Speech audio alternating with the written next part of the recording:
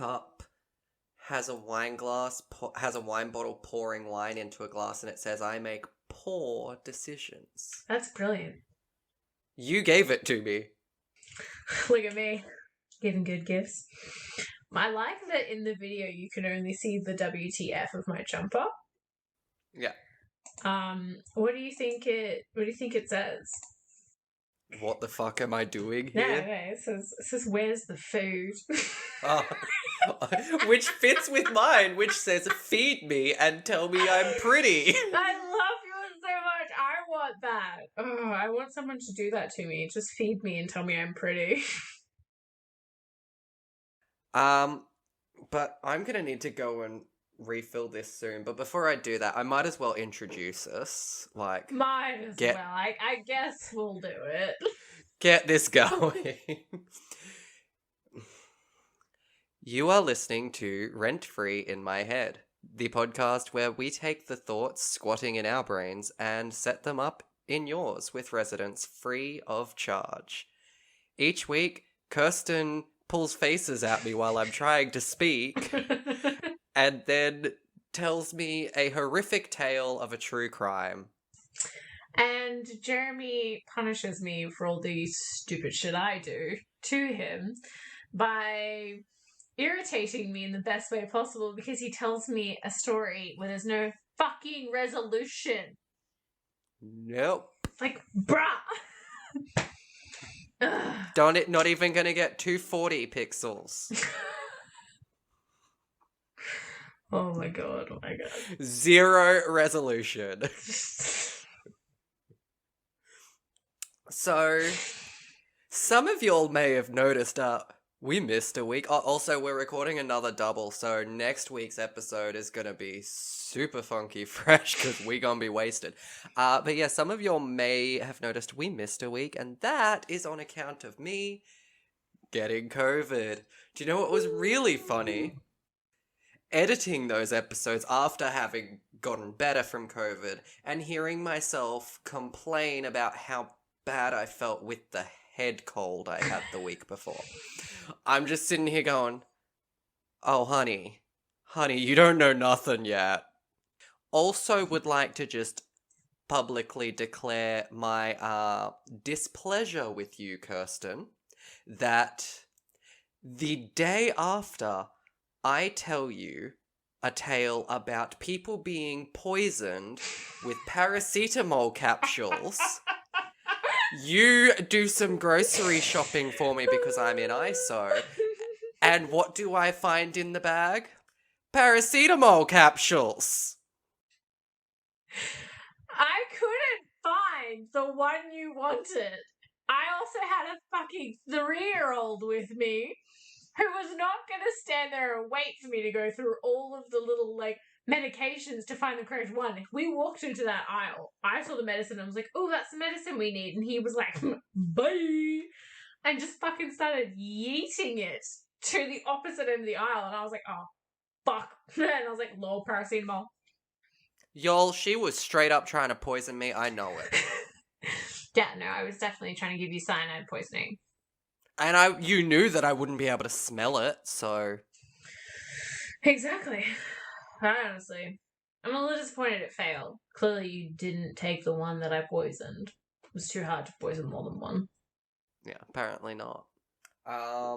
So yes, it's been an interesting ride.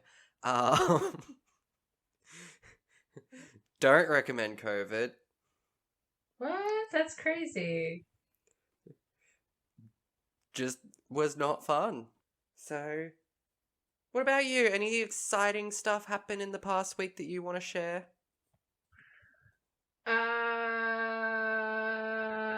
Well, it's actually been 2 weeks. Yeah, I was gonna say, I feel like it's been 2 weeks since we recorded. I feel like I had stuff that I wanted to tell you on the podcast, but I don't fucking remember, which, are we shocked? No. But as you know, I went to a wedding on Monday, and 2 of my favorite people on the planet got married, and I'm not a crier, okay? Jeramie, you know this about me. I don't cry at things, but I almost cried fucking 6 times. on this wedding.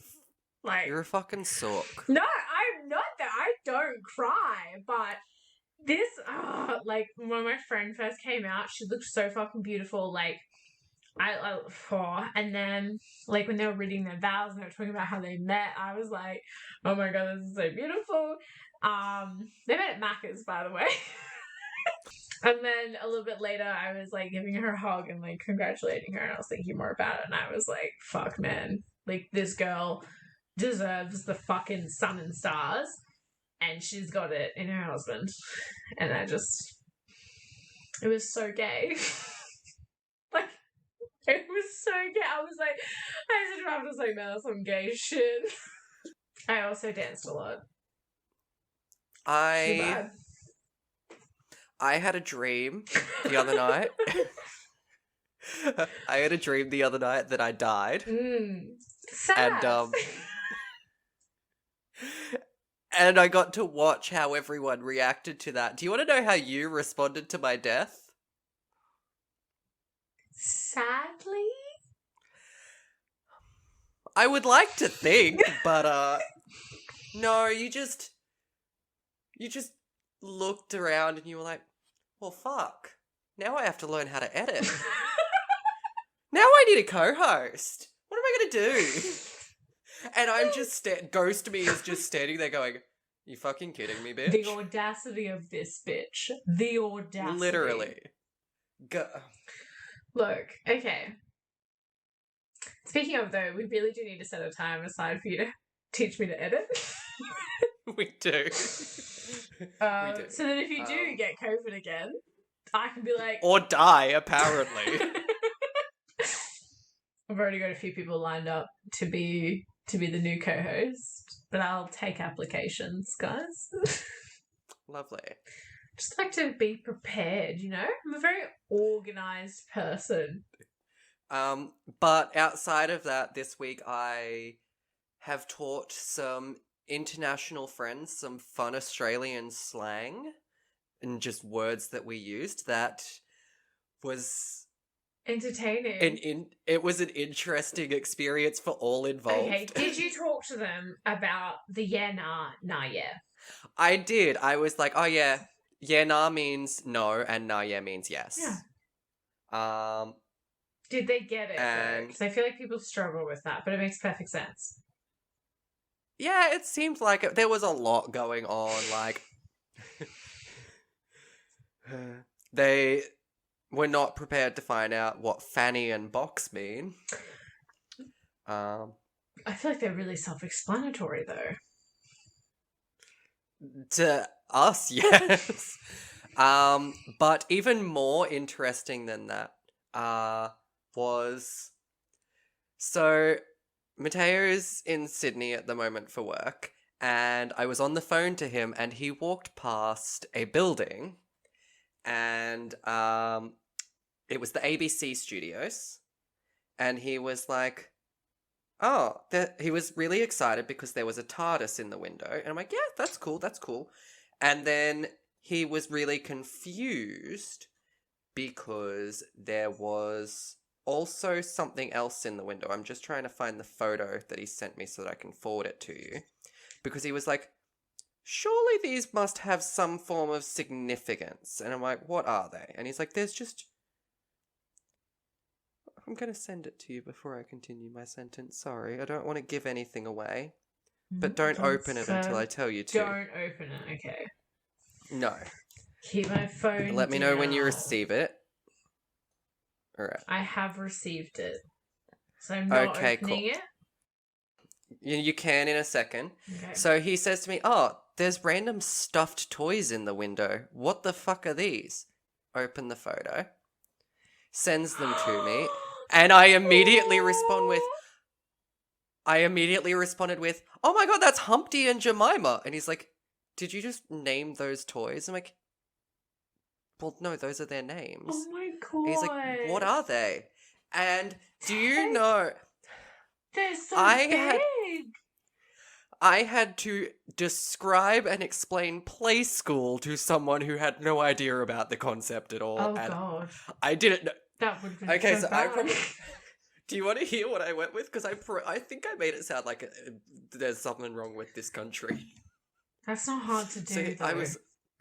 No, so he was like, what are they? And I'm like, oh, they're from Play School. And he's like, what's Play School? I'm like, oh, it's a kids show. Play School. And he's like, oh, like a cartoon? I'm like, he's like, are they characters from a cartoon? I'm like, no, they're stuffed toys from like a live action kids show. And he's like, what? And I'm like, yeah, so there's these grown people, there's these grown adults, and they play with those toys, and they tell stories, like they read stories and you how to do play with the toys. And every day you look through a window, but you don't know which window it's gonna be. And he's just like, the best part about Play School was trying to guess which window it would be. Exactly. And so and then after that I was like, yeah, that sounds like pure chaos, doesn't it? He's like, I don't know what you're talking about. I'm like, yeah, I've never thought about how to describe Play School. Those have been my Play School. Those have been my fun, unexpected experiences for the week. I feel like you had a better week than me, a more interesting one at least. I died! That's not fun! I'm just trying to decide. Oh my god, also, dude, this is episode 10. What? Oh my, yeah. What? I think I registered that when I was writing my notes. Yeah, I wrote it down. This is episode 10. Congratulations. 10. Good ass. We're like double digits now.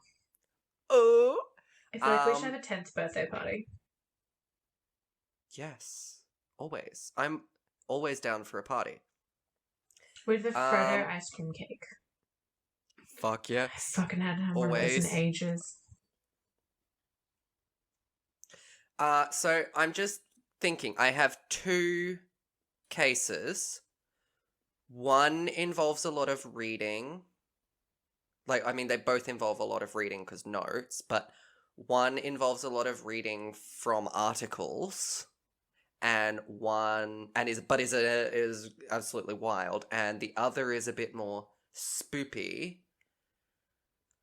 But one is longer than the other, so I'm just trying to pick. What do you want me to hit you with first? Spoopy and a bit shorter, or maybe wild and a lot more reading? Okay. My second set for you is short. Okay. But I think then I'll do the longer one. Yeah, so maybe do the longer one. Okay. However, we will be drinking. So are you going to be okay to do the longer one second? You gotta risk it for the biscuit. Alright. Fuck oath, bro. I love that saying. Alright. Well, I'm going to... There's like one mouthful left in this, so I'm gonna finish this seltzer, go get some rosé, and then you can hit me up with... I'm assuming what is going to be a Australian woman who murders. Hey! How did I know? Look, we got feedback that they wanted more Australian stuff. I obliged. Yeah, but I'm sick of women. Ugh, you know what, Jeramie? I'm sick of men. Yeah, bitch. Everyone is sick of men. Let's be real. Literally, though. Fucking... Why? Why do those who identify as boys exist? I don't know. I don't want to. Okay. I'm going to share my screen with you. Okay. Wait. Am I ready for this? No. What is happening? I'm going to show you something first. I'm going to talk to you a little bit about it, and then I'm going to share my screen with you. Okay. So, as you guessed, this week's case is about a boss-ass bitch who was Australian. Mm-hmm. I think I literally just Googled lady criminals in Australia. Fair. And this chick came up, and I was like, I am in love with you. And then I was like writing like notes about it, but I'm not gonna lie, I was in a really like messed up headspace. So I really, like Can relate. low-key shitty head notes. But then while I was doing it, like when I got to like towards the end where I was like sitting there and I was just like, oh my god, I can't anymore, but I really have to try because I still have to write my other notes. Like I really have to try and do this. Like I have to do it. I stumbled upon this website called www.rejectedprincesses.com. And it's history that's more than two-dimensional. And from what I can tell, it is literally a fucking website where they like tell stories about women, rejected princesses. Ew, I don't like it Shut up, already. Jeramie. No one likes your opinion. I'm a man. They have to. No. That's how that works. No.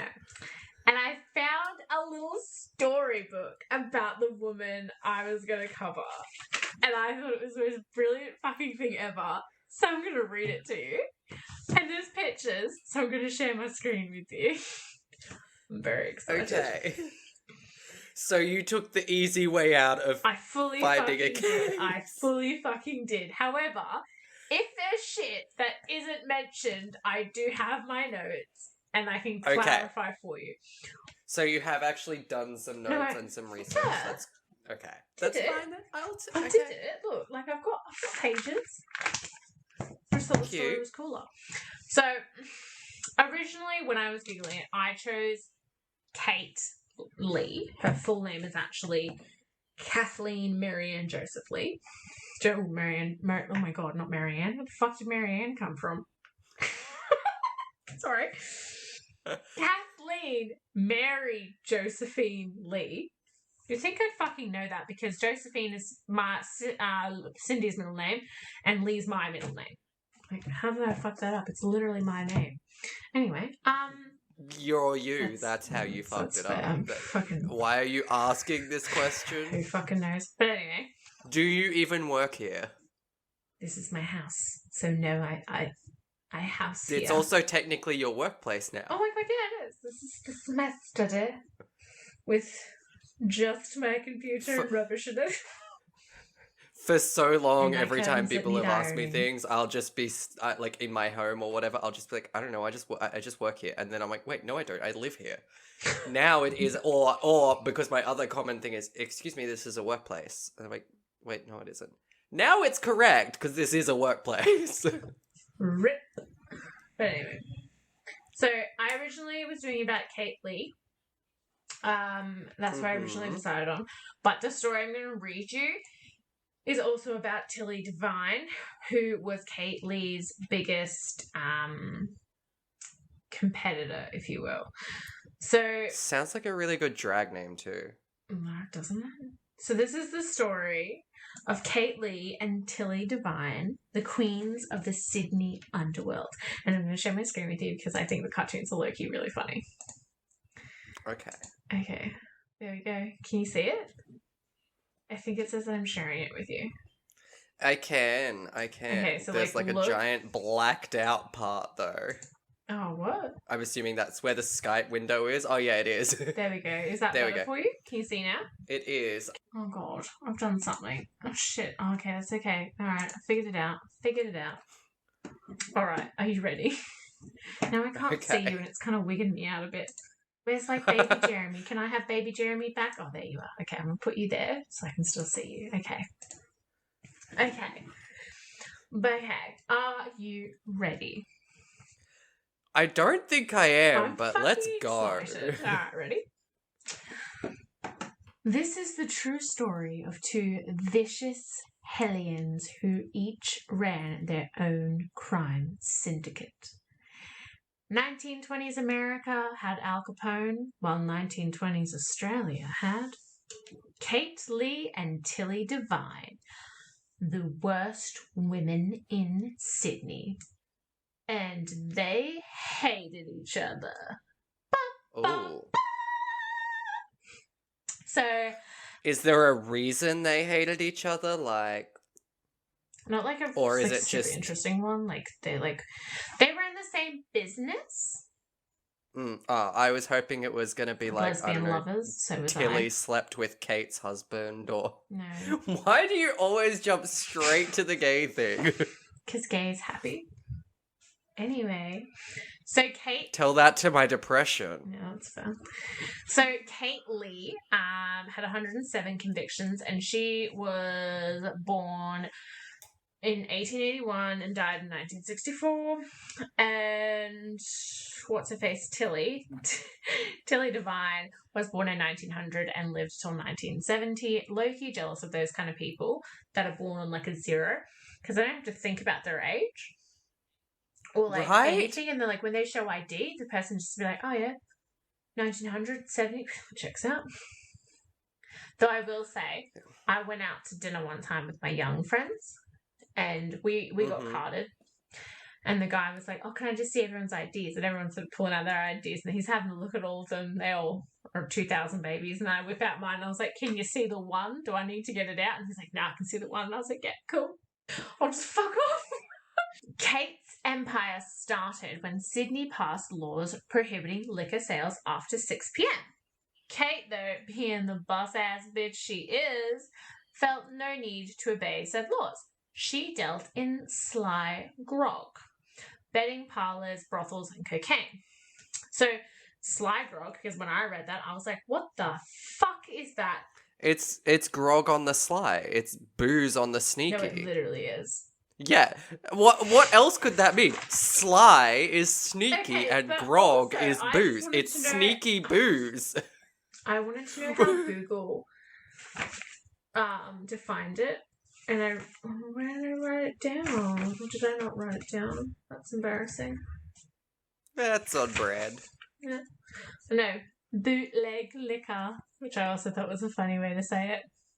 No, I am aware of that as well, because like that's why they're called bootleggers, because they would like wear boots on their legs. Yes, but also they would put the liquor in flasks in their boots or in their pants and everything to try and move it. Good old Katykins had a lot of interests. You know, she was a madam, she was a drug dealer, she was a sly grog dealer.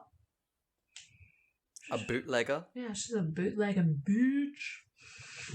She was slinging cocaine. No, she was like fucking running. She was running Sydney. She was running it. She eventually ran over 20... Bring back the 20s. Those are the 20s we want. Only if I could be like Kate Lee's like second in charge woman. Oh, I want to be a... You'll be fine. You're GBF. A white male. I hate that term, but I want to be her GBF. GBF. You're my GBF. You and Fruity. I hate that term. Don't use it. Fine, I'll just call Fruity my... Fruity. Yeah, Fruity. He's my GBF. Well, I just don't see why... I don't see why the label of gay is needed to be added to the term, like, just one of your best friends. Yeah, but you're not just one of my best friends. You're my... And technically...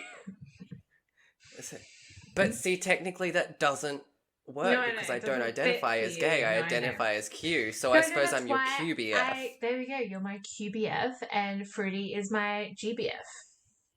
Okay, I will accept QBF. Okay, all right, QBF. Back to my story. She eventually ran over 20 establishments ranging from high-end to working class. Whereas Tilly's futures found root in a legal loophole. In Sydney, no man could run a brothel. I am Yes, Tilly! The law said nothing of women because the law was sexist why would it? As fuck. Apparently the only time the law wants to talk about women is when it's talking about their reproductive rights. Do not even get me fucking started, Jeramie. No, I'm aware. I know exactly where you stand on it. I'm in full agreement with you. Don't worry. That's why I said what I said. No uterus, no opinion. Mm-hmm. Just straight up. And that is not making me trying to sound like transphobic or anything like that. I'm purely talking about people with uteruses because this specific problem affects people with uteruses. Okay, no, moving on. No. Yep. Okay. But also, lol, the whole I am no man thing, does that not remind you of the scene in Lord of the Rings? Where, like, no, what's wrong? Why have you not seen Lord of the Rings? Oh my god, you haven't. I hate you so much. Okay, so, like, Big Bad Man. Have we met? Oh, I know, I forgot for a second who I was talking to. So, like, Big Bad Dude is like, no man can kill me. And then this boss-ass bitch comes out, fucking, like, strikes him down with her sword, and she's like, I am no man, motherfucker! And just, like, fucking defeats him. It's pretty great. Anyway, that's what I thought of when I saw that. Okay, so Fair. with grit, tenacity, and an unyielding propensity, I can't fucking read, propensity towards violence, Tilly carved out her criminal niche. The two. Oh, I was so hoping you would say that wrong. No, I fucking knew you were. I saw the word. I'm like, oh, here we go. She's gonna say niche. No. She's gonna say niche. Niche, bitch. The two outlasted their male rivals through wits, brutality, bribes, and I said bribes, bribes, and exploiting sexist ideas. You expect me to believe that lady is a kingpin? Ha ha ha ha. Much remains unknown about the early days of their oh my god, why can't I fucking speak? Sorry. Much remains unknown about the early days of their enterprises as everyone hated talking to the cops. Nobody knows what started their rivalry, if anything, but it was personal. So technically it could be that, like, Tilly slept with one of Kate's 4 husbands. Actually, 4? Okay, no, that's a lie. I think she technically had 3. Also, don't judge. Like, together or separate? No, so we'll quickly jump in here so I can tell you the husbands. Greedy. Okay, so she married the first one, Eddie Joseph Teddy Barry, in 1922. He was a sly grog dealer. However, he got charged with assault and robbery and went to jail. She stood up for him in court and everything like that. But then after the trial, they separated.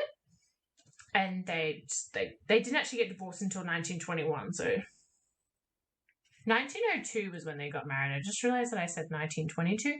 1902 was when they got married. Okay. But they stayed married for like 20 years. They were just separated, but they stayed close because he actually died in her home in 1948. So, bless.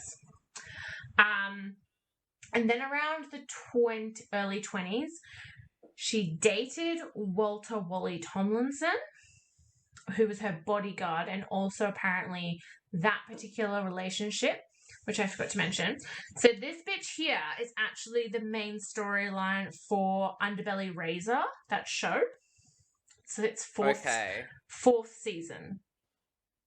I didn't watch any of the seasons. So I watched the first, I think, for a little bit. It's pretty good. But Underbelly Razor, the 4th season, was based on Kate and Tilly. So yeah. Okay. And then from 1932 to 1949, she was in a de facto relationship with Henry Jack Baker. He was her business partner. Don't ask. And then her last guy was in 1950, Ernest Alexander Shiner Ryan, who was an old friend. He was also a criminal, obviously. But they and he got a lot of black eyes, I'm assuming. I would assume so. They were only married for 6 months though before they separated. So yeah, so bitch got around to like live your dreams, bestie. Okay, so a rare eyewitness account from the early days survives by policewoman Maggie Baker. Assigned to gather info, she went on patrol. Tilly took exception to this. She grabbed Baker and began shaking her. When suddenly a passing... So it was like a shake and bake. It was not you who I was talking to about this, but I literally Googled how to make meth the other day, and one of the terms is a shake and bake. Like, you put the ingredients into like a container, and then you shake it, and it bakes your meth. Oh, God. I'm referring to like I feel No. like it's like an actual cooking thing. No, it's like a meme from like fucking the Charlie's noughties. Angels. What about Shake and Bake? I distinctly remember that line where she like where Drew Barrymore's in the sheet before she goes out the window. Oh yeah, no, that fucking love those movies. I recently watched them. Chef's Kiss. It was the I am best aware Charlie's because that's Angels why you movie. can't do a cross. Anywho, but yeah, no, like yeah. I just yeah.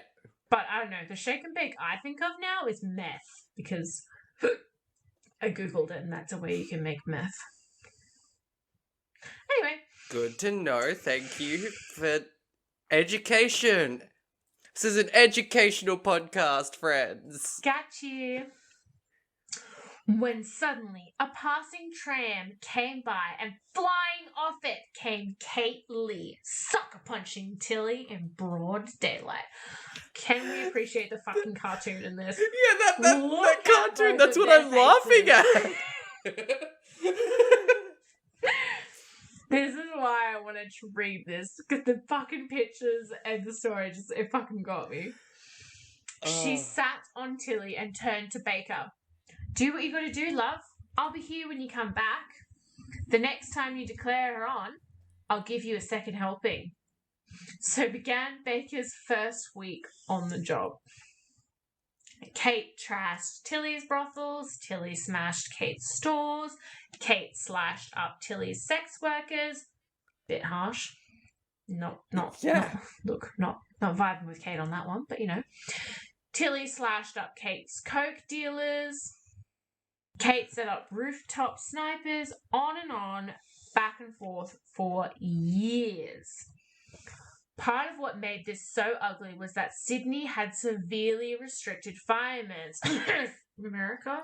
Fireman's? I said firearms. What's... Oh my God, no, you said fireman's. What's wrong with the fire police? Why are they restricted? No, firearms. Sydney severely restricted firearms. Because unlike America, we have common sense in that department.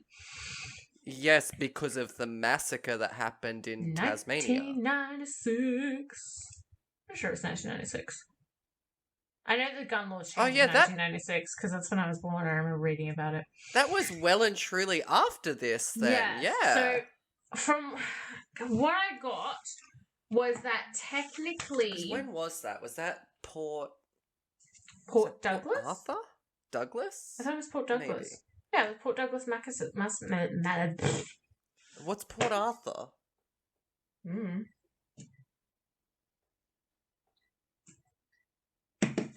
Yeah, no, it is the Port Arthur massacre. So what the fuck 1996. Don't know. Yeah, Port Arthur massacre 1996. Because I googled Port Douglas massacre and it took me to Port Douglas is a town in Australia.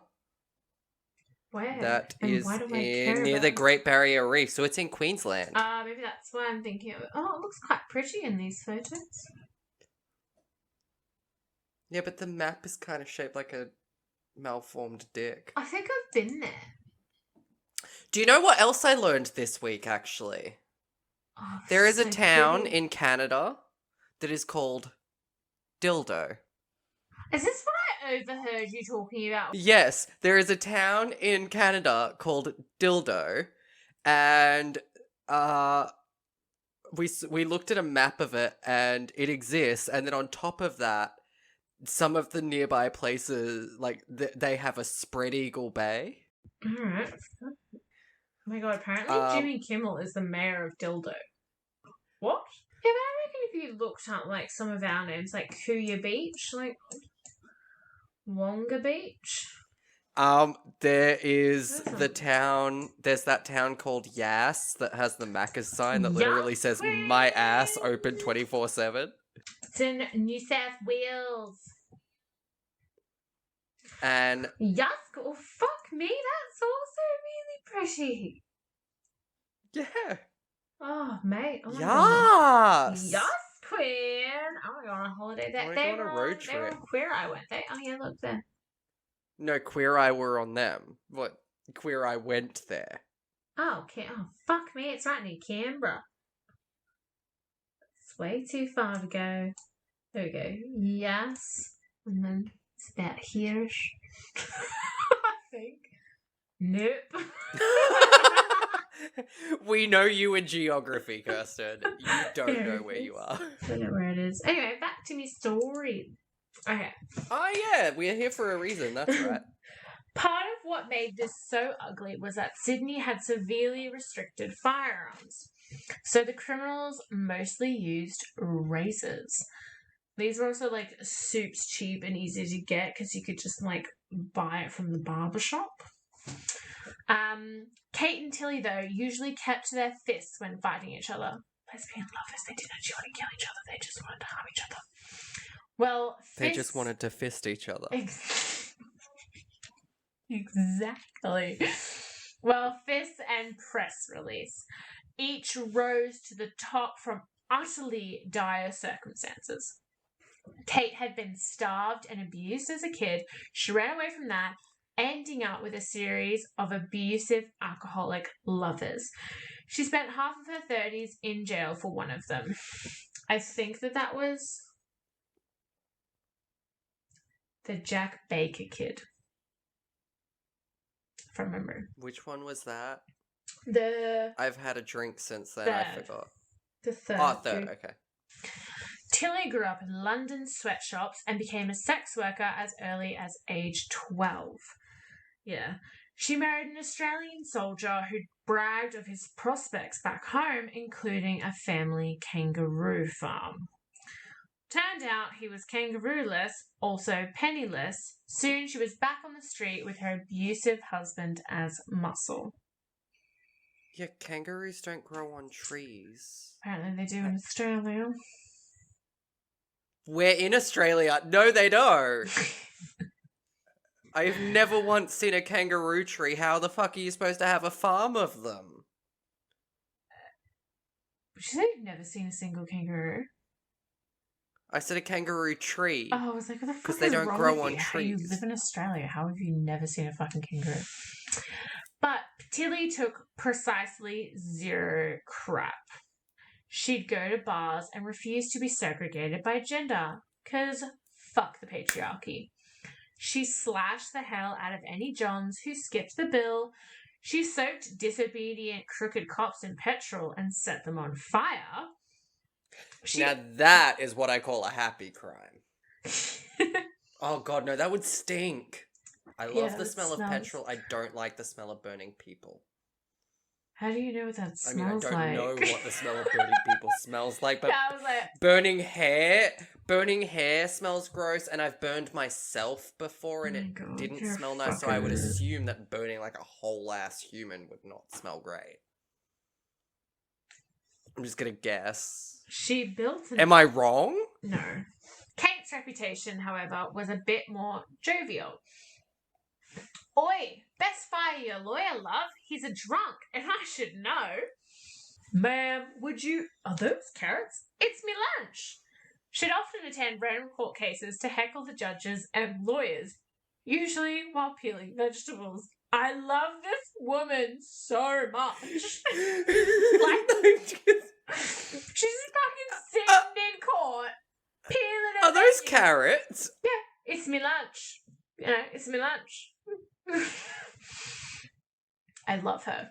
Also, I read a part that said that apparently she had like really good grog, and it was favorited by politicians and businessmen and stuff like that, and they even referred to like her stuff as like mums, because she was like such a cutie and a boss ass bitch, and she gave them alcohol. So I was like, that's kind of cute, but kind of weird, but you know, whatever. Okay. Alright, so she was They are not pleasant to look at. I know. Oh, I don't like... Oh. I didn't see that.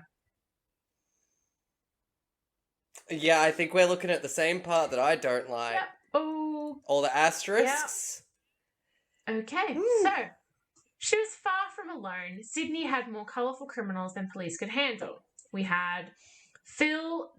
Oh, that's also a bit racist. that's- Jesus fucking Christ. Okay. What? Yeah, cool. I know. I get that. I get that it was the 1920s, but shit, that's still. So there was Phil Jeffs, who was a successful kingpin. I don't know what that word means. That goes with the Okay, I thought so. racist Okay, cool. middle name. Just gonna nope. Let's Jewish slur. Oh, okay. Yep, cool. Okay. I think I hang on. Let me confirm that that's my understanding. But I know that word has to do with. I assumed it had to do with Jewish in general. Jewish culture.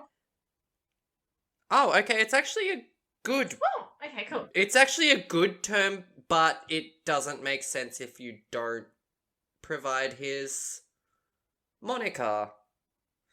I'll jump in and do it. Long story short, he's just been dubbed the Jew. Phil the Jew Jeffs. Okay, and what's mensch? Not a mensch. So a mensch is a honourable person of high integrity. So it's saying he's not a mensch. So he's not of high integrity. Okay, cool. Well, I mean, I know quite a few people. All I knew about it. Yeah, all I knew about it was that it was a Jewish word. Yeah, no, I thought so when I read that. And given the context, I was like, I'm assuming that that's not good.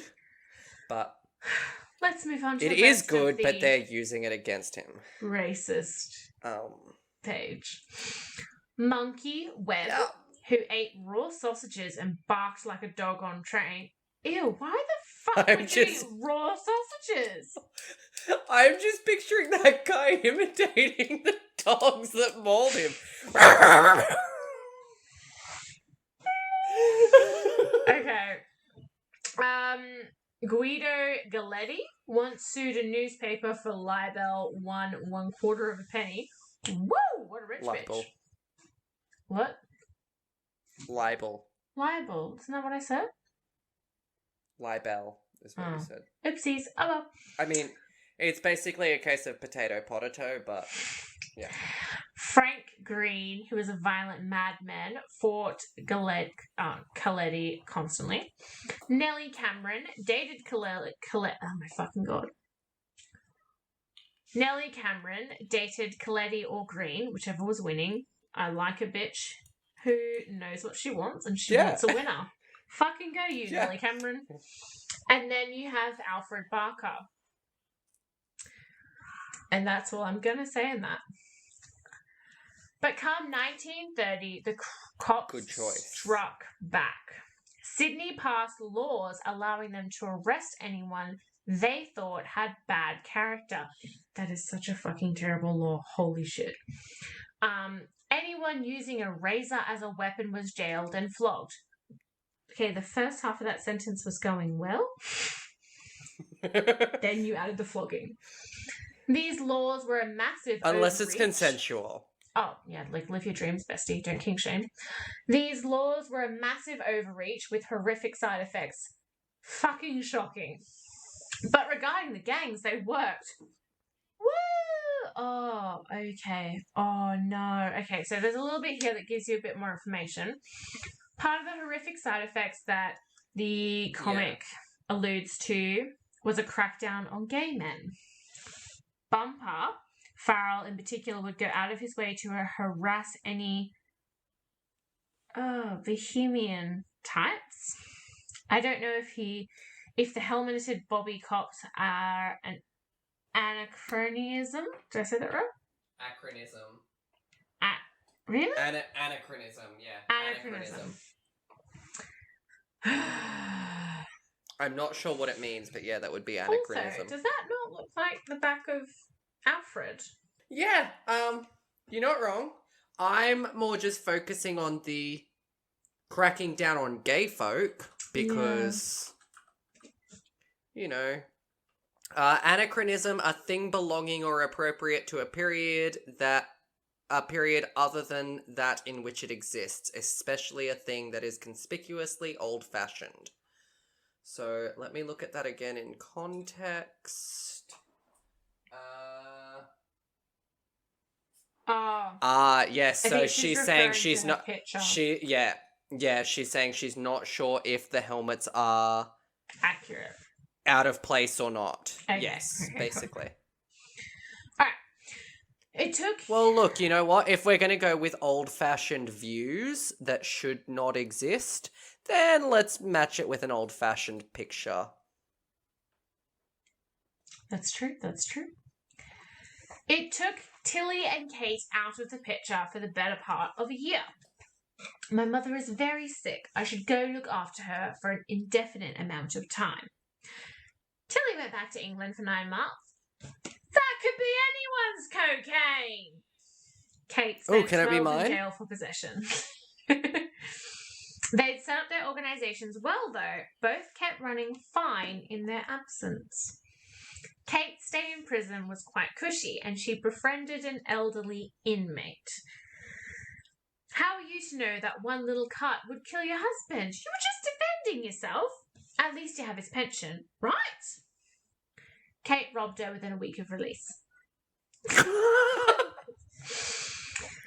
Kate, this is my favourite part, then shot a guy. Yep, I just read it. He neglected And how many to times press have guys charges. shot her in the crotch? So, like, I love her it evens so out. much. This woman is my fucking hero. None of Please which... tell me you heard what I just said. Did you say How bitch? many times have men shot her in the crotch? Now she's even. Oh, okay. Alright. A little bit spicy. None of which played well in the press. Press became important because the police lived and died by public opinion. They targeted any bad characters. All one had to do, they realised, was seem like a bad citizen to get the cops on you. So they began ratting each other out to the newspapers constantly. So basically in the 2000s, that hasn't really changed Not at all. much. It's just that, what makes you seem like a bad person is all relative based on your prejudice. I love humans. Let's not open that can of worms right this second. Nope. The two called a truce and began fighting with a new weapon. Headlines.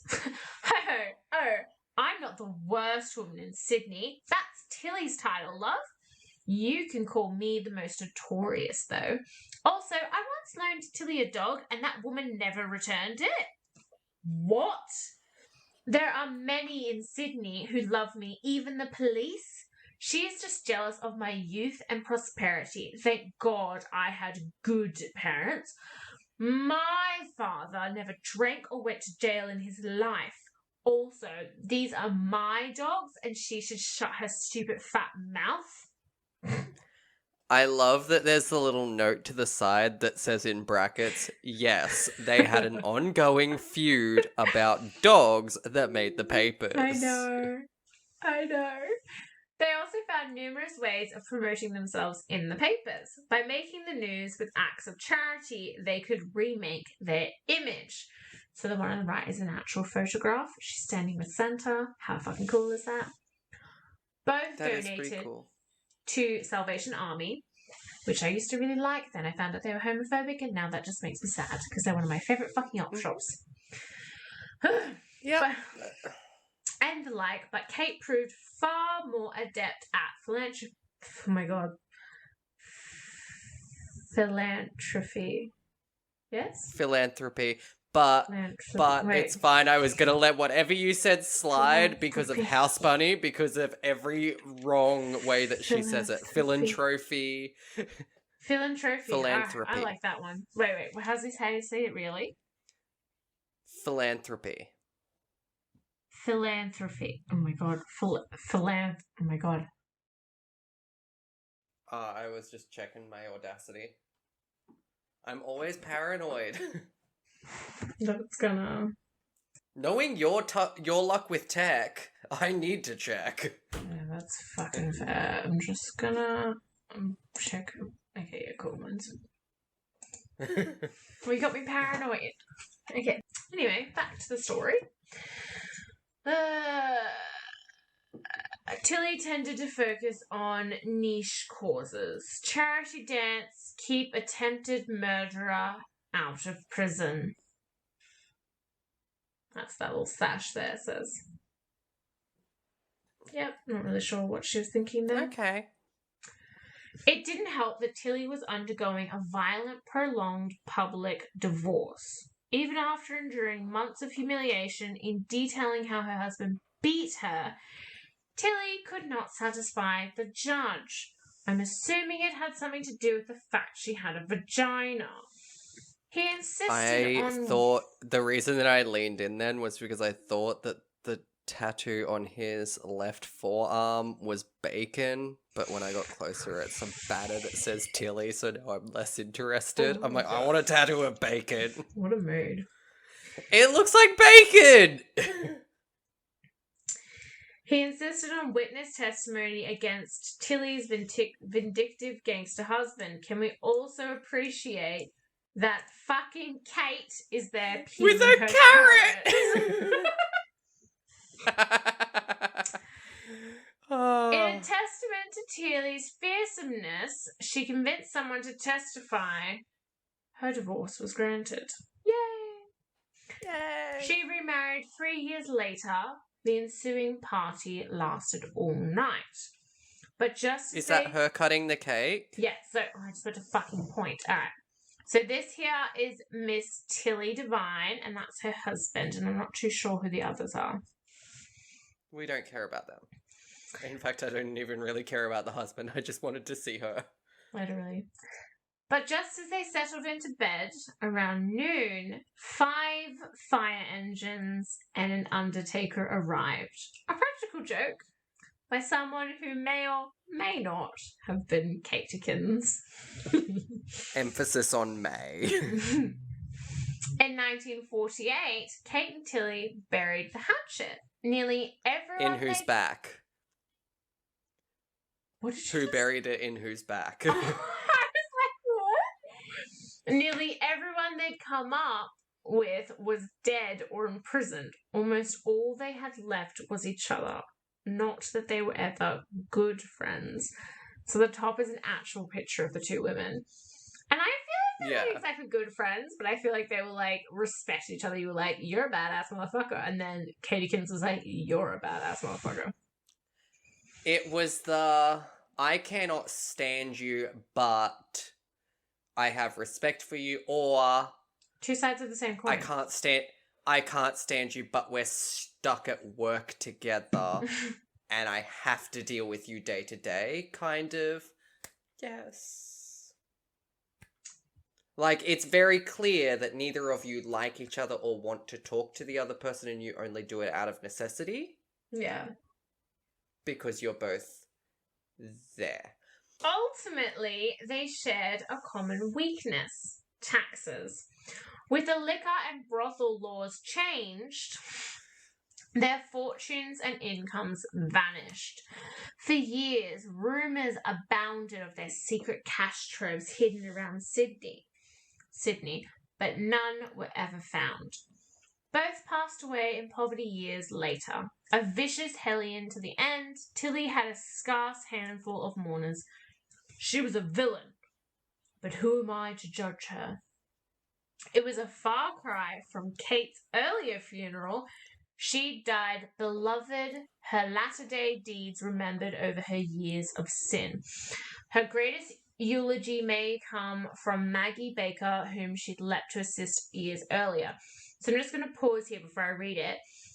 So after Katekins, like, all the taxes and shit like that, and she kind of became, like, poor and stuff like that, she would actually do a lot of, like, charity work. And she would go around, like, helping the communities and teaching children. And she became, like the grandmother of Sydney, who, like, you could go to if you needed help or whatever. Okay. That's fair. So, when Kate died, I felt, well, there's a bit of good old Australian history that's gone. God rest the old bitch's soul. I love her. I love her. I love the book. No, I know, right? How fucking brilliant was this? I was so happy when I stumbled across it. I was like, this is fucking brilliant, and I have to share it. I don't care if Jeramie calls me lazy because this is brilliant. In the event that either of us ever has children, these are the books that we have to make sure they are raised off. If you look down the side here, there's... Yeah, I can see there's a few things running down the side. V for violence, A for abuse, R for rape. And then there's type, there's marital, professional, villainous. Obviously, once the kids are, old enough to have those kinds of discussions, but this is definitely the stuff that I can see you and I making sure our children are brought up on. Oh, for sure. I fucking love this so much. This is awesome. But yeah, that was my little story about two boss-ass Australian women. And I'm like, I'm sorry. A couple of people asked me that. They're like, did you cut your hair? And I'm like, no. Half my fucking hair just fell off my head. Okay. That is my biggest pet peeve. So I had this conversation multiple times when I cut all mine off, and I did the same thing where I literally, you were the only person that I just said, kind of really want to cut my hair off, and you're like, do it. And then later that day, I literally walked into a salon. My pet peeve is not, okay, I don't like it when people are like, did you cut your hair? If it's a noticeable change, I've done it where... If it's like a subtle change. And I've done it where it's slightly subtle, and I'm just like, did you cut your hair? No, my thing is, so I've gone from shoulder length hair to that's always tied up or whatever, to having hair that's just sitting and it's just reaching my eyebrows, and I'm getting, did you cut your hair? I feel your exact fucking pain. My hair was down to my arse. The one that bothers me even more is, oh, you cut your hair.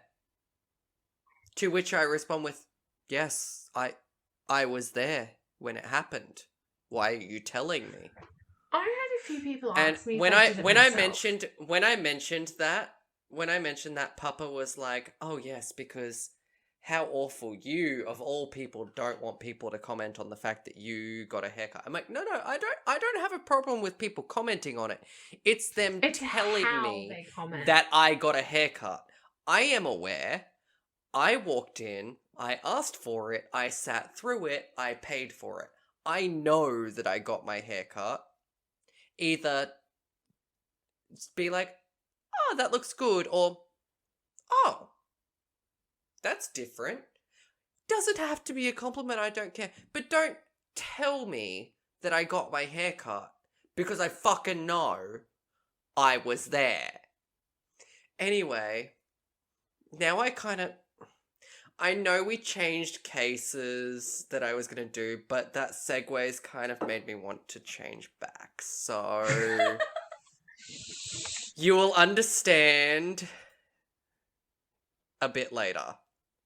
Okay. So I'm just going to switch my notes. Just swapping out my cases. Just going to jump in. When I started typing these, I did open up with, it's going to be a short one from me this week. I don't know if that's actually the case because... So, alright. There's not really a lot to this case that I could find. It's kind of very obscure. I had never heard of it before. But...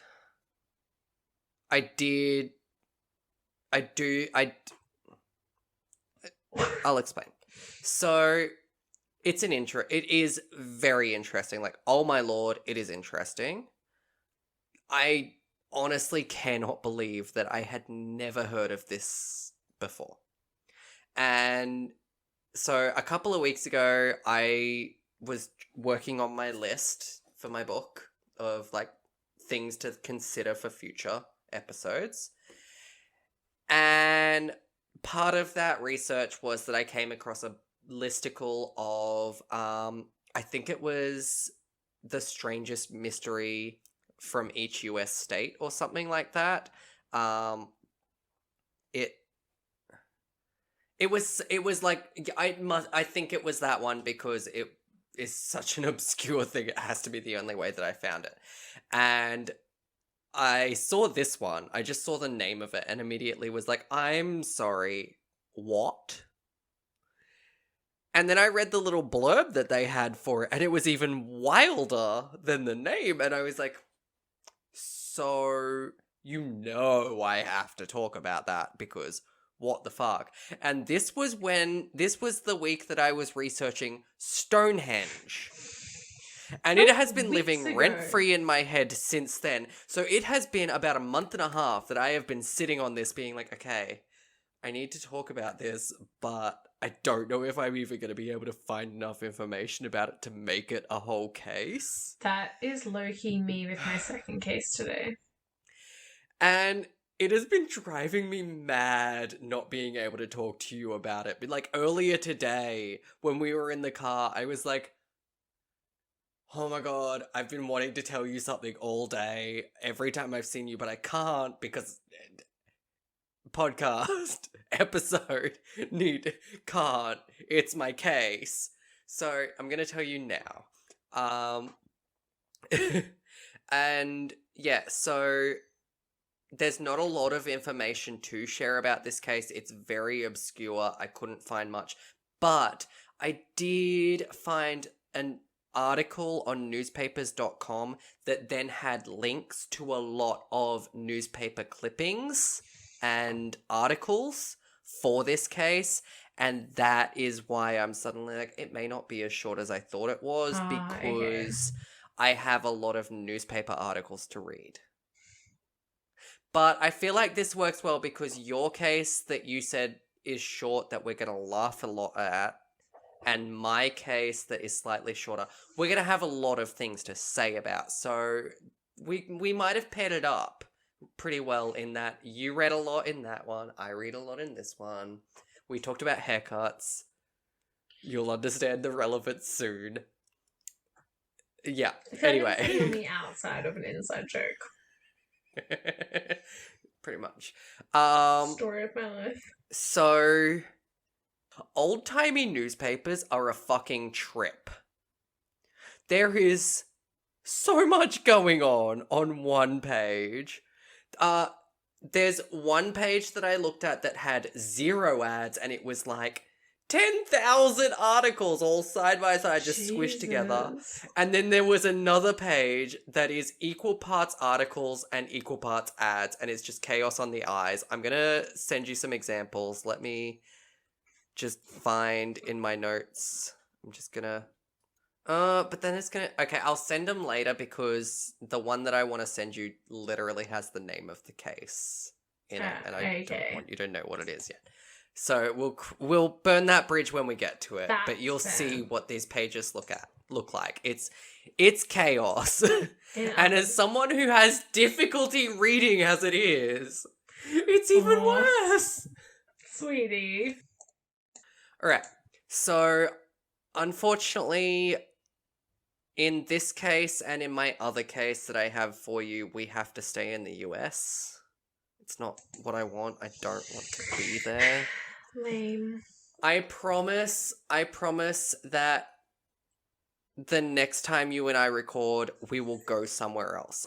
But I needed to do this one, and I also needed to do next week's one too. So no judgment. And it's obscure. I can't. did a fair amount of American cases as well, and it's just because they have a lot of crime over there. They do. It's a big place. But also this is so obscure. I've never heard of it before. I need to find out if anywhere else has covered it, but Google made it really difficult to find information, and I was so thankful for newspapers.com.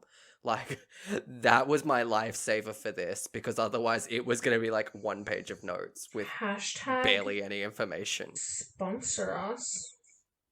So, For this case, we are headed to a town in Jackson County, Mississippi called Pascagoula, which, yes, the name of the town was taken from a band of Native Americans because Sorry, did you just say Native Americans. It was taken from a band of Native Americans because that's what white people do. We just take. that So yes, these white men are dangerous. We are. Don't trust us. So yes, headed to a town in Jackson County, Mississippi called Pascagoula, a name taken from a band of Native Americans residing in the area in the 1540s. And Pascagoula means bread eaters, which I know I just called out white people for taking things from Native Americans, but fucking same. Okay.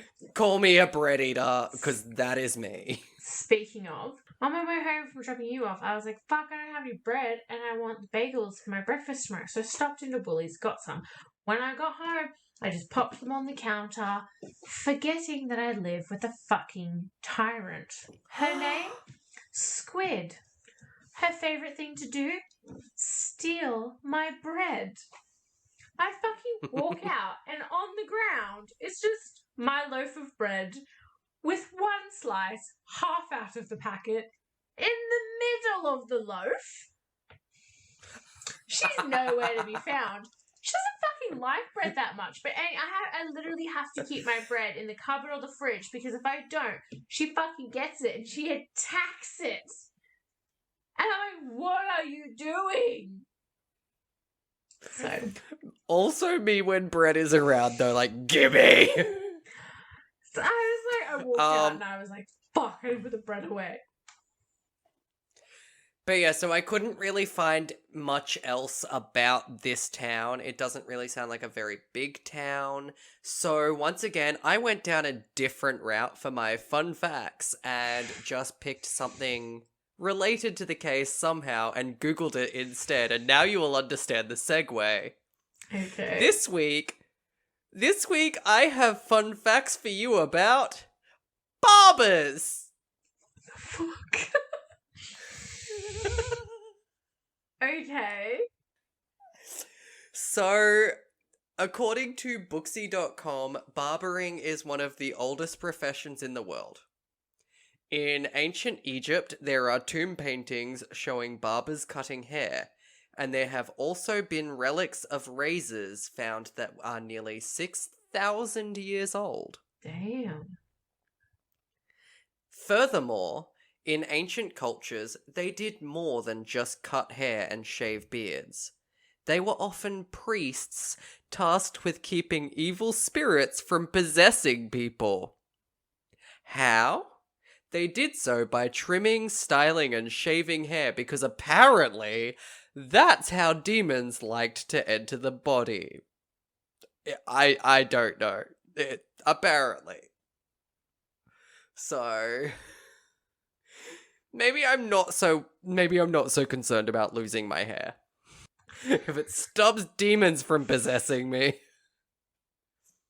And finally, my favorite. There was a liquid that they once used as a kind of shampoo. I'm not quite sure how far back, but I'm hoping outside of my lifetime. It was called Lotium, which when I googled it, the Oxford Dictionary defines this as stale urine used by barbers. Oh, shit. I was well aware of the fact that you were taking a swig of your drink as I said that too. Thank you. Thank you so much. Yikes. Can you imagine going to the barber and coming home with your hair smelling like not only piss, but stale piss? That's disgusting. Because the longer you leave it, the worse it smells. Literally, though. That's so gross. Okay, so the reason I chose barbers as the topic for my fun facts this week is that my case is about one. Probably my new favorite barber after Sweeney Todd. So this week I will be telling you the tale of. Be ready for the name. The Phantom Barber of Pascagoula. Yep. Why is he a phantom? That is so literally I'm What? scrolling through and I'm like, oh, okay, we're up to Mississippi and it's just like the Phantom Barber of Pascagoula. I'm like, the what now? And then I've read the blurb and I'm like, he fucking what now? So, strap in, cause she's a fun one. The year is 1942. It's 3 years into World War II, and the citizens of Pascagoula found themselves being terrorized by what is probably one of the strangest crime sprees in American history.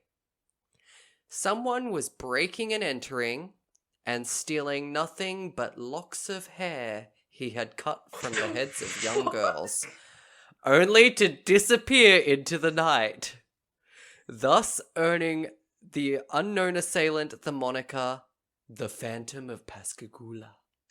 I don't like it. Now do you see why I was like, okay, but I have to, because what? I don't like it. On the night of Friday, June 5th. Oh, you're yawning. Am I keeping you awake, No, sweetie? sorry. Am I boring you with my wild tale? No, it just came over me. I'm sorry. I've had a long day. On the night of Friday, June 5th, two young girls, it did... so at the time that I wrote this, I was like, it didn't specify, but the image I saw of them looks to be maybe 10, 12. Okay. But then later on in the article, it does refer to one of them as 7-year-old. And I'm like, I'm sorry, what? I will share the article with you with the image. Oh, okay. To see if you are like, that's why I was like, hang on, no, I can't share this with you because you will know exactly what I'm about to talk to you about. But also now do you see why I was like, haircuts? Okay, now I have to talk about this. Makes a lot of sense now. I was like, what the fuck is haircuts gonna have to do with a mystery? What? This is just fucking crazy. And this is the one I was saying to you in the car that all day I've wanted to be like, Kirstyn, you need to know about this. You need to know about this. And then I'm like, just wait. You can tell her. You'll tell her later. All right. So two young girls who I thought were 10 to 12, but are apparently 7. At least one of them is.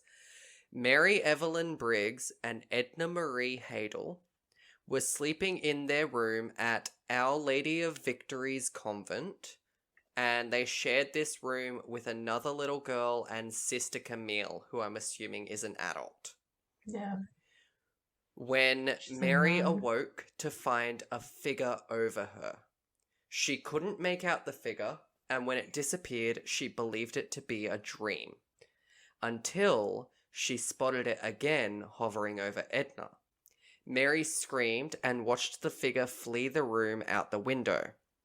Both girls were unharmed, but did find they were each missing a lock of hair.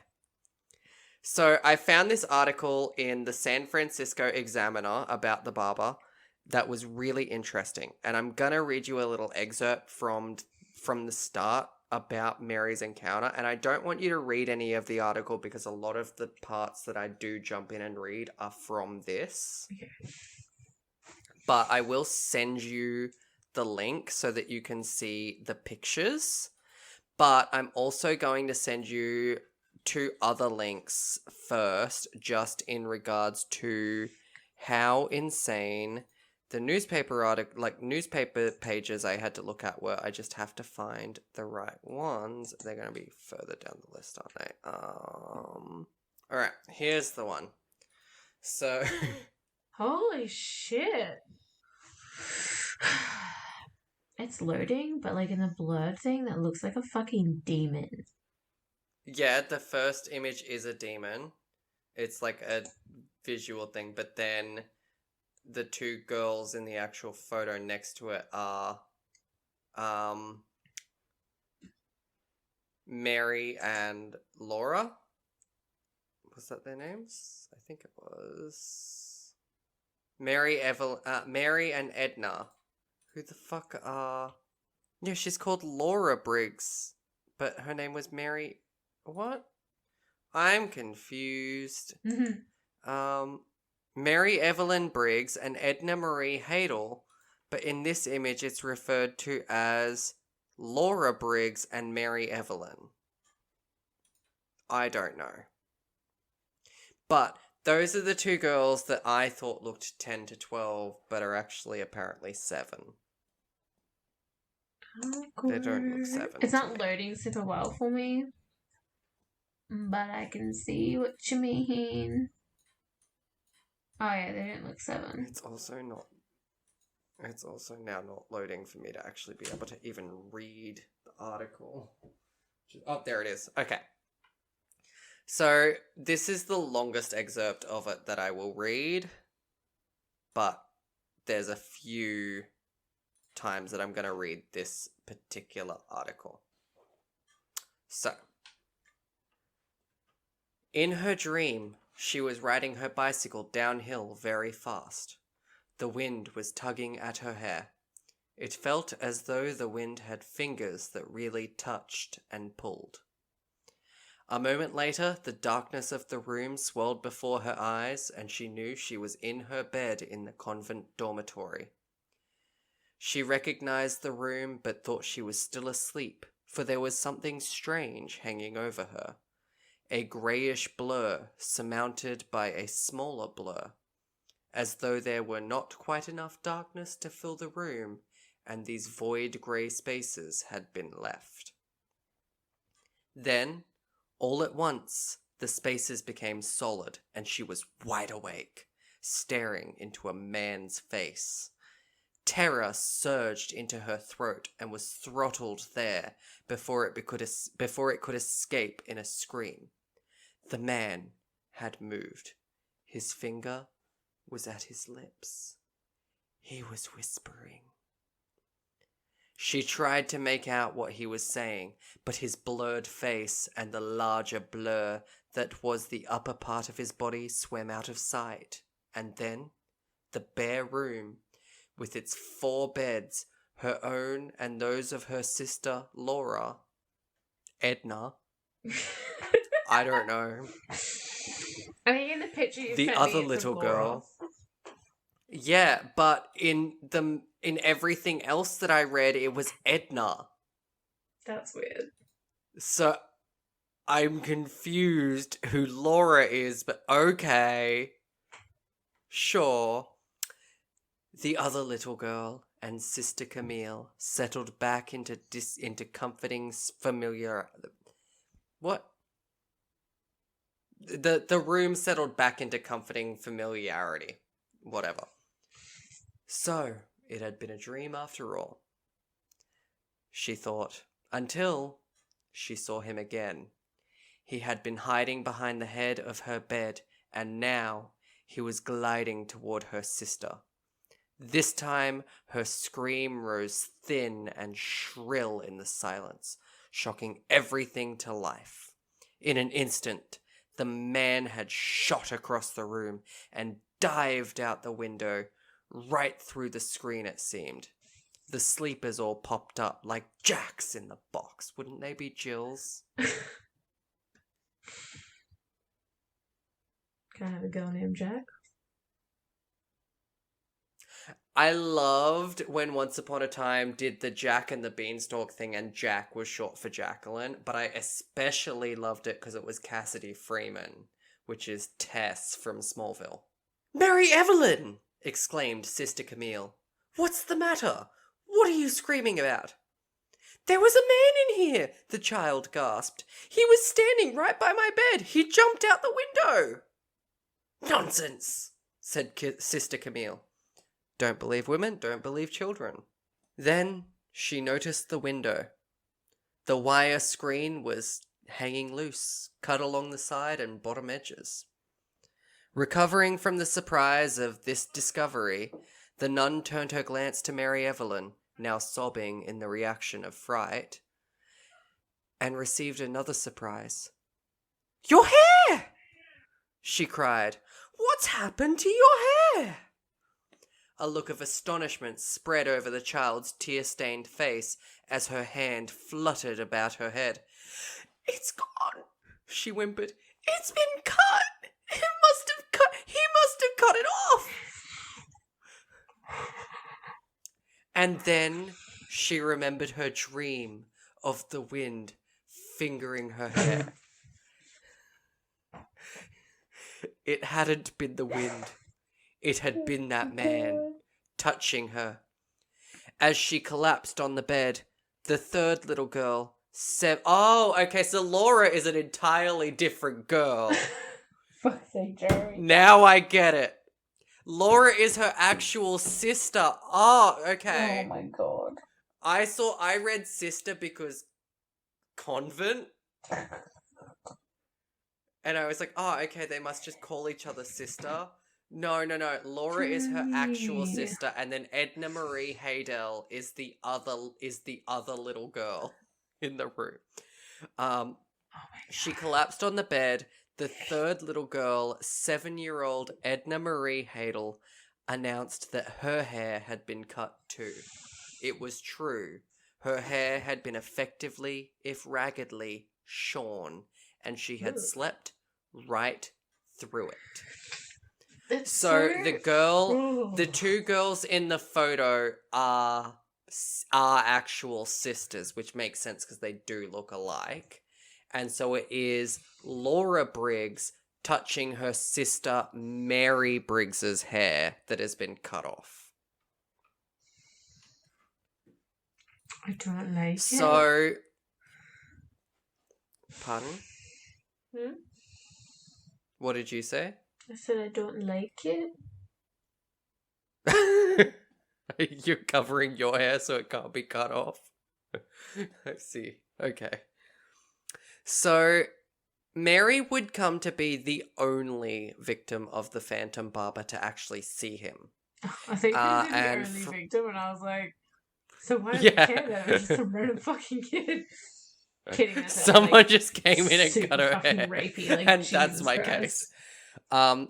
So from the Greenville News, I saw a figure of a kind of short, fat man, she said, bending over me with something shiny in his hand, and he was fooling with my hair.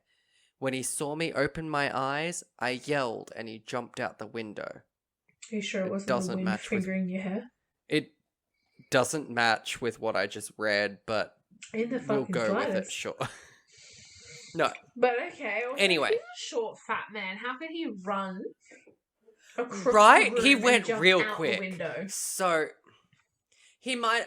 I'm thinking maybe he was short and just, like, looked a little bit bulky. Maybe he was wearing a bulky jacket. I don't think he was fat because he could have he was clearly fit because he was gone like that. And also and that is down a fucking window. That is a recurring thing. He's just gone. So dude's speedy. Maybe he's related to Houdini. Maybe it is Houdini.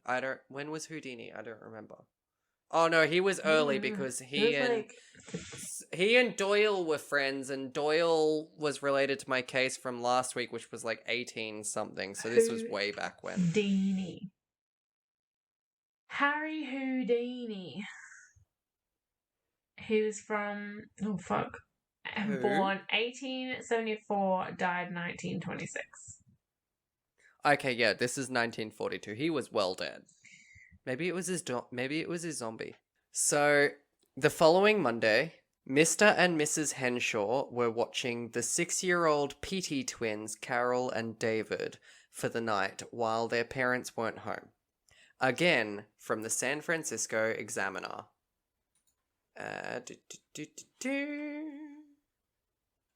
Now I have to find where in the story it is. Scroll to here, there it is. Hearing a noise in the children's room late at night, Mrs. Henshaw woke her husband and together they went to investigate. At first glance, all seemed as usual. Both children were sound asleep. Then, Mrs. Henshaw noticed the print of a man's bare foot. He wasn't even wearing shoes. He just got out of bed. Why the fuck would he be What wearing the shoes? shit? No, not her husband. She noticed a man's bare footprint. Oh, ew! What the fuck? Etched in sand on the white counterpane of the vacant bed by the window. So, homeboy's breaking into houses and he's barefoot. I didn't even think of that until just now. What the shit? Okay, that's nasty. Put shoes on. Awakened, Carol sat bolt upright, feeling for the blonde locks that ordinarily swept her shoulders. Why? Why? She stuttered, looking dazedly around her. Where's my hair? A lot of it had disappeared. There was no mistake about that. She had been given a cut as abbreviated and boyish as her brother's. Once again, the window screen was found to have been slit. And the missing locks and the footprint were the only evidences of the man's visit. Now do you see why I was like, I'm going to read from the article instead of write it myself, because it's so much better. I literally just sat there and read it in time. Whoever wrote this article, like, incredible. So following this incident, the town was on high alert. Because phantom haircuts. And the following Monday and Friday... I'm not gonna lie. I would feel really fucking violated. Like, hair is hair. Oh, yeah, you're not wrong. But the fact that someone got into my room and cut my hair, like, that's... I am totally on board with a drastic haircut when it is my choice. I wouldn't... Oh, it is terrifying to think of it being not my choice and someone just being like, ha ha ha, I'm cutting your hair. It's so icky. Gives you the heebie-jeebies. So here's a new fear that you never needed to have, but you have it now. You're welcome. Yeah, I fucking live alone. That's what I'm going to be thinking about tonight when I go to sleep. Someone coming in and fucking cutting my hair. I've not got much left at the moment. No, you just cut it all off. Exactly. I haven't got much left because I'm losing all of mine. Yay! So, please don't come in our homes and cut our hair. We don't want that. No, wait, this is from the 40s, isn't it? Yes, it's 1942. Well, surely that person's is dead. Surely. Maybe. This was what? It's a mystery. So following this incident, the town was on high alert, and the following Monday and Friday, there were more break-ins. However, these differed somewhat. So, late Monday night, one R.J. Anderson was driving up to his house just as his wife and young daughter ran out the door. Anderson? They were crying and reported that someone was trying to break in through a back window.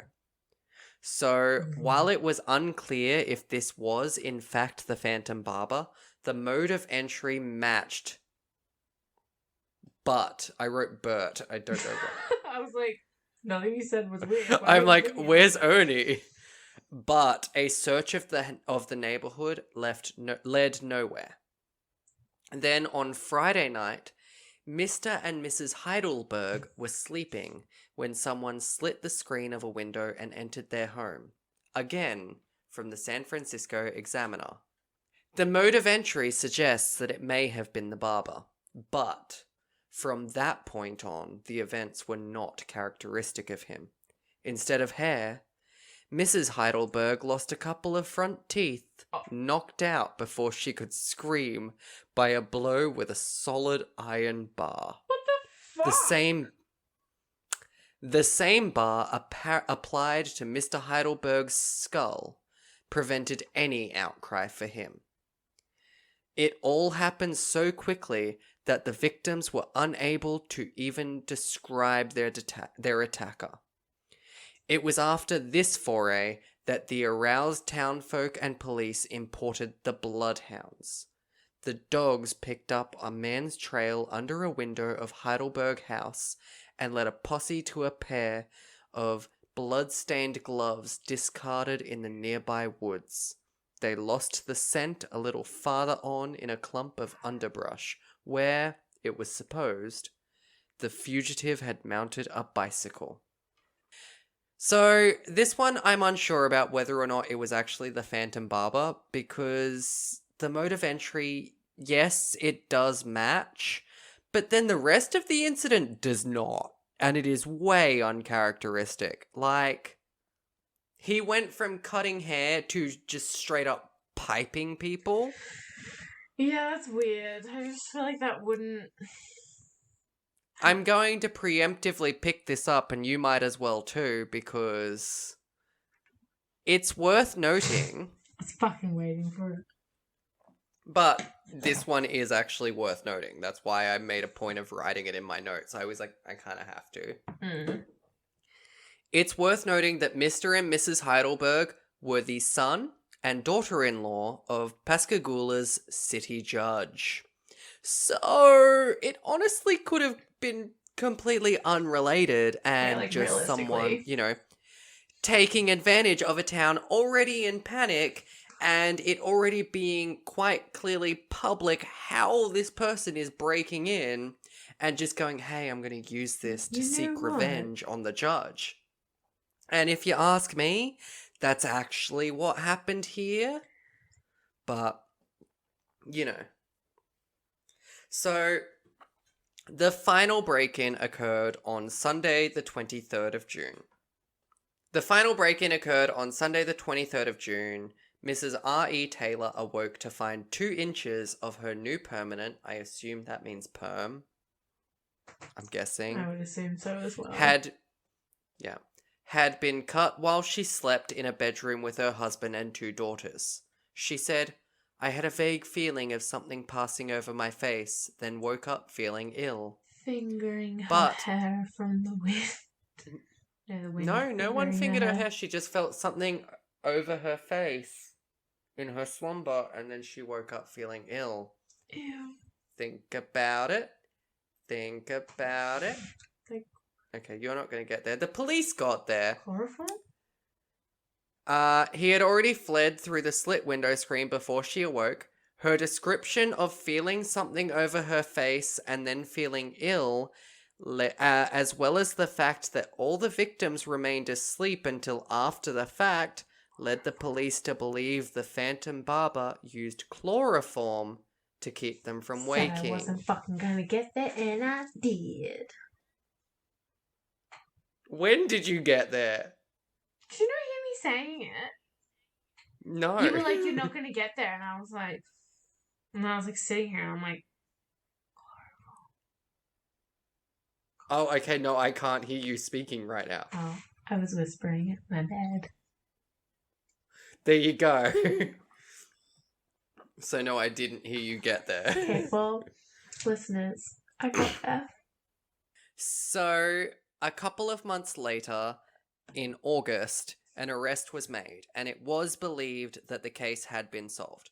One William Dolan,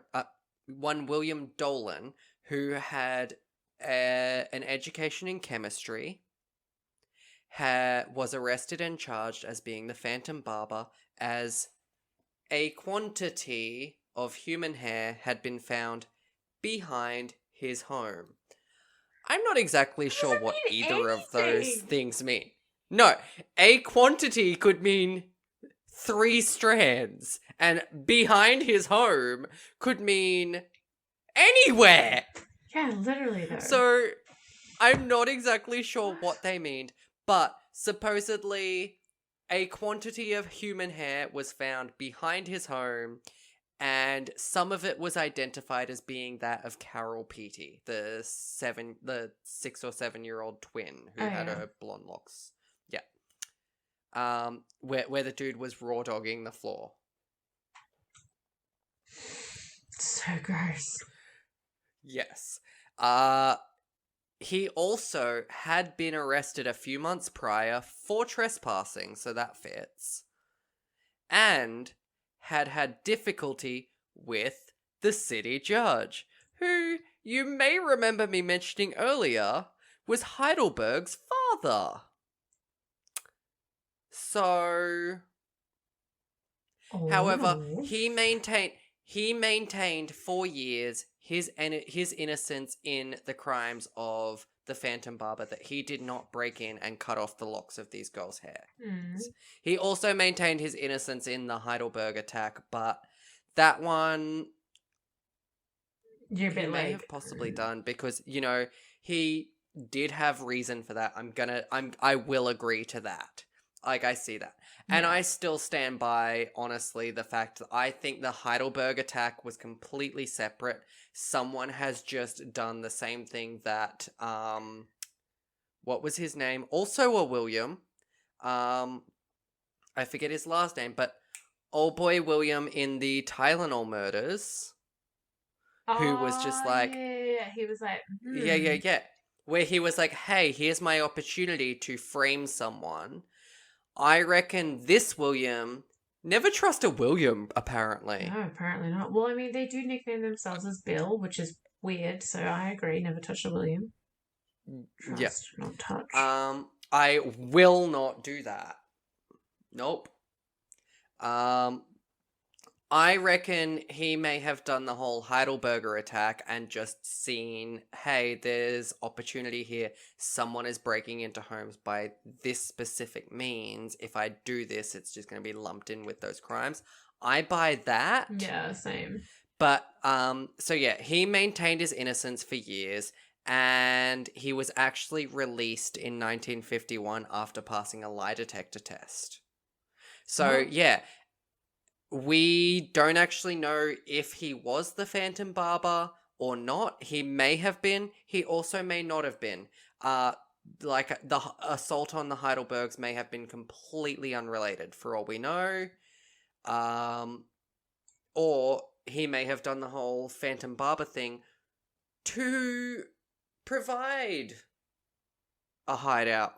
Not a hideout, Story I don't know. or narrative? Yeah, to provide a narrative in regards to the attack towards the Heidelbergs. Like, both are plausible. Yeah. But yeah, that's my case. And like I said, I had never heard of this before until I stumbled upon it in this listicle like 6 weeks ago. And I can't believe I have kept it to myself for this long. I am very proud of you. Especially given that I've spent the past 2 days researching it, and I've seen you both days, and I've been talking to you, and both days I've had to be like, don't mention the Phantom Barber. Don't do it. Jeramie, but don't. Also the fact that I recently got a haircut. And you kept it to yourself. That was the other thing. I was like, don't tell her. Don't. I'm so proud of you.